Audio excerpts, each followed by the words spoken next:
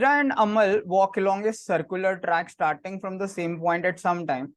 If they walk in the same direction, then in 45 minutes, Amal completes exactly 3 more rounds than Meera. Okay, same direction में वो 45 minutes में 3 चक्कर extra लगाते हैं. Fine, बस.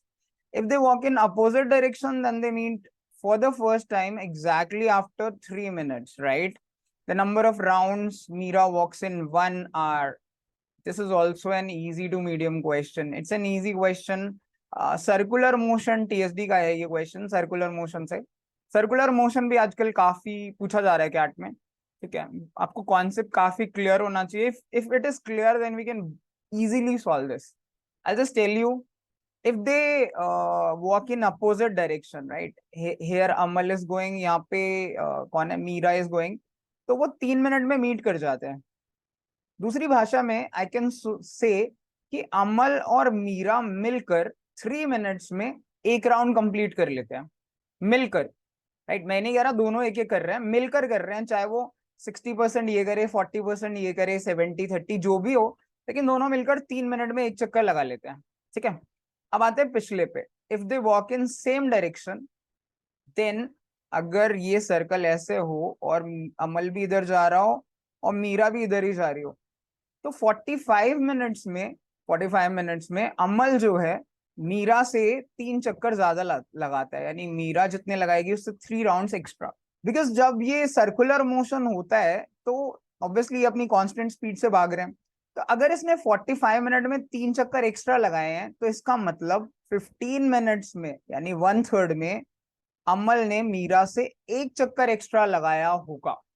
Because 15 minute में 1 extra लगाया होगा, 30 में 2 लगाए होंगे एक्स्ट्रा, एंड 45 में 3 लगाए होंगे. हमें ये समझना था कि अमल जो है मीरा से 1 चक्कर 1 राउंड एक्स्ट्रा लगाएगा 15 मिनट्स में, बिकॉज इट इज गिवन कि अमल मीरा से 3 राउंड एक्स्ट्रा लगाता है इन 45 मिनट्स. तो ये नॉर्मल यूनिटरी है. अगर ये आपको समझ आ गया था then it was really easy, क्योंकि अब आगे है कि अमल और मीरा 3 मिनट में 1 चक्कर लगाते हैं. तो 15 मिनट्स में इसका 5 टाइम्स यानी 5 राउंड्स लगाएंगे दोनों मिलकर. अमल और मीरा 15 मिनट्स में 5 राउंड्स लगाएंगे, और ये 5 राउंड्स में हमें पता है कि अमल ने मीरा से एक ज्यादा लगाया है. तो ऑब्वियसली इनका बाइफर्केशन तो बहुत ही आसान है. 5 राउंड को कैसे बांट सकते हो? इसका मतलब है अमल ने 3 लगाए होंगे और मीरा ने 2 राउंड लगाए होंगे. ऑब्वियस सी बात है. कितनी देर में? 15 मिनट्स में. क्योंकि 15 मिनट्स में अमल ने 3 लगा लिए होंगे, मीरा ने 2, तभी टोटल हमारे 5 राउंड्स लगे होंगे. तो अगर मीरा 2 राउंड्स इन 15 मिनट्स लगाती है तो 60 मिनट्स में, विच इज 4 टाइम्स, मीरा जो है 4 टाइम्स यानी 8 राउंड्स लगाएगी. That will be our answer, यानी 8. Actually it's not a difficult question. यहाँ पे कुछ भी नहीं करा, सिर्फ यूनिटरी मैथड लगाया है. यानी अगर कोई 15 मिनट में 2 चक्कर लगाता है तो 1 मिनट में 2/15 लगाएगा, और 60 मिनट्स में 2/15 इंटू 60 लगाएगा. जो 15 से घटेगा 4 पर, 4 टू 8. या फिर आप डायरेक्ट मल्टीप्लाइंग फैक्टर भी देख सकते हो कि 15 मिनट में 2 चक्कर तो 60 मिनट में 8 चक्कर. That was very simple question, अगर आपको ये कॉन्सेप्ट क्लियर है तो. वरना आप XY लेकर स्पीड AM या AB लेकर करेंगे, हो तो तब भी जाता है, लेकिन दैट टेक्स टाइम, और एग्जाम में हमें पता है कि टाइम हमारे पास होता नहीं बस. So try this question again. It's very simple question from TSD circular motion. In a triangle ABC, BCA is 50 degree, D and E are opposite points on AB and AC respectively, such that AD is equal to DE. If F is a point on BC such that this, then angle this. Normally angle के questions easy ही होते हैं. Still let's see, ये easy to medium होना चाहिए geometry से, but सबसे important इसमें figure draw करनी होती है. Let's try to draw this figure boss, तब समझ आएगा कुछ भी. BCA 50 डिग्री है. Let me make this BCA. So this is 50 degree. अब वो कह रहा है there are 2 points D and E.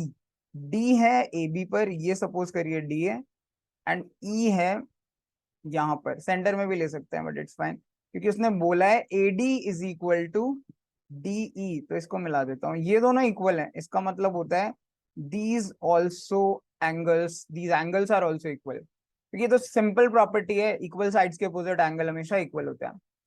अब वो कह रहा है कि अगर F एक पॉइंट है ऑन BC, अच्छा सच दैट बी डी जितना है एफ भी उतना ही है। ओके अगर मैं ये लूं तो बी डी यानी ये B D is equal to D F. Fine, इसका मतलब है ये एंगल अगर y होगा तो ये एंगल भी y होगा। Then what is F D E? F D E मतलब this angle which let suppose z। It's an easy question, इसमें सिंपल है कि 50 plus x plus Y, because ये 50 है, ठीक है। बाहर वाले ट्रायंगल में एबीसी में 50 plus x plus y is 180। It means x plus y is equal to 130। ये हमें पता चल गया फर्स्ट इक्वेशन। सेकंड देखिए एडीई में ये एंगल हो जाएगा, ये एक्स है ये एक्स है, तो this will be 180 minus 2x, right, क्योंकि तीनों का सम 180 होता है। And this angle will be, ये y है in this triangle B F D, ये होगा 180 माइनस 2y। इन तीनों का सम 180 होगा। Let's do this, this plus this plus this, so this is 180 minus 2x plus z plus 180 minus 2y that is equal to 180। ये पहला angle है, ये दूसरा है, ये तीसरा है। ऐसा क्यों? क्योंकि ये स्ट्रेट लाइन है ना, स्ट्रेट लाइन में तो 180 बनेगा ना बॉस। एंड 180 से 180 काट सकते हैं। 180 plus z is equal to, ये माइनस 2x और माइनस 2y को उधर ले जाते हैं, तो that will B 2x plus 2y। इसमें अगर 2 कॉमन लूंगा तो 2 प्लस एक्स प्लस वाई, और एक्स वाई की वैल्यू तो हमें पता है, अभी हमने निकाली थी 130। So it will be 180 plus z that is equal to 2 into 130 which is 13 2s are 26, 260।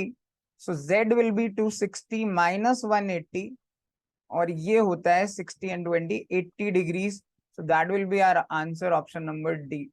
तो ये जो एंगल होगा ई डी एफ या एफ डी ई जो इसने पूछा था, दैट विल बी 80 डिग्री। ये भी काफी स्टैंडर्ड क्वेश्चन है यार, it's an easy question from geometry. आपने ज्योमेट्री की प्रैक्टिस की है, एंगल्स निकालना सबसे इजी होता है, एरिया निकालना उसके बाद होता है, एंड नॉर्मली साइड्स निकालना है उनका रेशो, वो थोड़ा कंपैरेटिवली टफ होता है क्योंकि उनमें कई बार सिमिलर ट्रायंगल्स वगैरह की प्रॉपर्टीज लगती हैं। But this was an easy question, काफी स्टैंडर्ड क्वेश्चन है।